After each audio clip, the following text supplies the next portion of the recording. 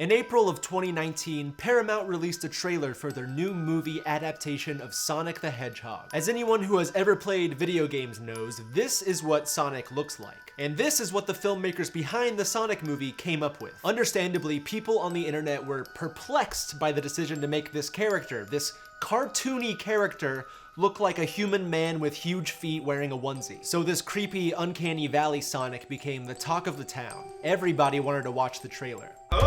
What?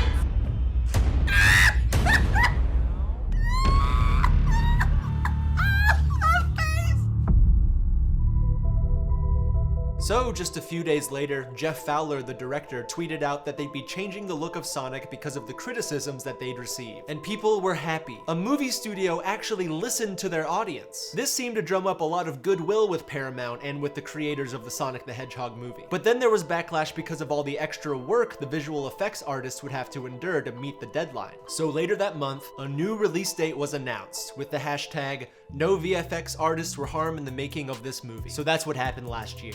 It seems pretty straightforward, right? If you just look at it. A movie trailer got a lot of criticism, so the creators of the film decided, hey, we're gonna take a step back, take some time, and make this movie better. But is that really what happened? Or was this all just a big marketing ploy to make everyone aware of the Sonic the Hedgehog movie? Listen, I'm not a conspiracy theorist, not by any means. I'll believe anything.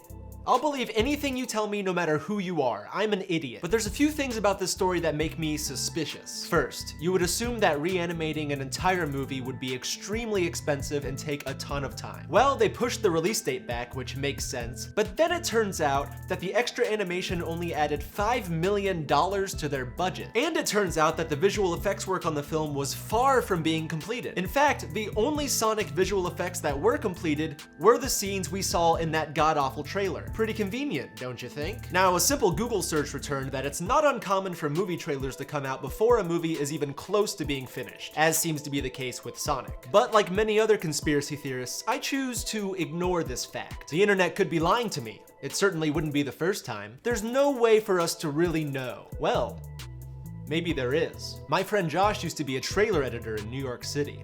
Surely he'll be able to clear this up and tell us whether or not trailers are done before a movie is complete. I'm speaking with him on FaceTime later tonight, and I'll go ahead and insert that interview right now. No, they would usually only give us the unfinished version. It was almost never close to complete. Seriously? That's like the opposite of what I've been saying in my video. So yeah. Pretty clear that this conspiracy has some truth to it. The next fishy thing is this interview that Access did with Jim Carrey. I love you for your physical comedy. So when I heard you were doing an animated film, I was like, I just asked Teague actually, I was like, what is Jim like in a VO booth? And she's like, no. He's acting this entire thing out despite being the only animated character. Yeah. So what was that like? How did this work? Well, I'm totally live action in this. So, it's just acting. It's just fun. Wearing like some sort of special suit, or how does it work? Well, since they turn you into the animated Sonic. Well, I'm not animated at all. My character is Robotnik, so okay. Yeah, I don't do that. Played Sonic growing up. He doesn't really have a voice, so we're going to really get to know him through you. So what can we expect, and what's the story going to be like? You can expect me eventually as Robotnik to get that little blue boob. The interviewer seems to be doing a really terrible job in messing up the entire interview.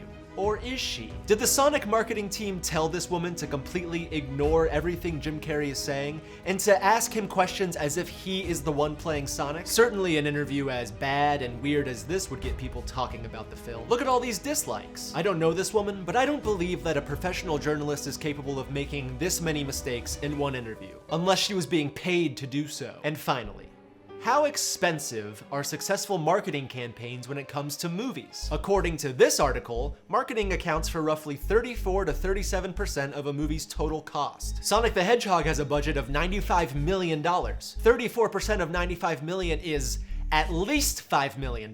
If it's true that this trailer mishap really only cost the movie $5 million, well then it seems like Paramount figured out a cheap and effective way to market their film. When they released the new trailer with improved visual effects in November, it got over 31 million views on the Paramount YouTube channel alone. I don't even think this is a conspiracy. What's the opposite of a conspiracy? A prospiracy? The initial bad trailer was clearly a marketing stunt to get people to talk about this movie that they otherwise wouldn't have talked about. It was a way for people to make funny tweets and memes about the movie, essentially working as free advertising. Paramount was never gonna release that monstrosity in its entirety. They just created a fake trailer to get people talking. The movie was never gonna be released in November. They were always gonna release it on Valentine's Day because, as everyone knows, Sonic the Hedgehog is the most erotic of all Sega characters. I mean, come on, he's sexy as hell. I can't be the only one that thinks that, right? We all think Sonic's sexy? I'm filming this video on February 13th, the day before Sonic is to be released. According to Wikipedia, where nobody's allowed to lie, the movie is projected to make between $40 and $45 million in its opening weekend. Will this great marketing conspiracy work? Will the Sonic the Hedgehog movie make over $40 million in its first weekend? Well, I can tell you one thing that's for sure. This whole thing is not gonna work on me.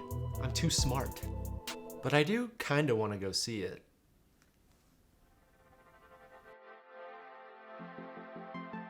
Here I am at the movie theater, gonna see Sonic the Hedgehog. Got my icy. I forgot to mention who's sponsoring today's video. Today's video is sponsored by Sonic the Hedgehog in theaters on February 14th. I'm just kidding. Could you imagine if someone actually sponsored one of my videos? That'll never happen. But you should go to Fandango and enter the promo code STEVE when you buy tickets to Sonic the Hedgehog in theaters Valentine's Day. And just let me know what happens. Fandango isn't sponsoring this video either. I'm just curious what happens if you type Steve into the promo box. All right, let's go watch the movie.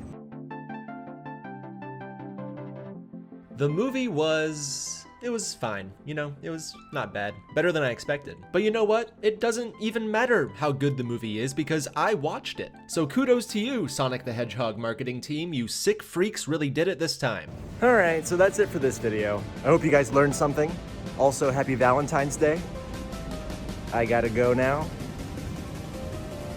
All right, bye.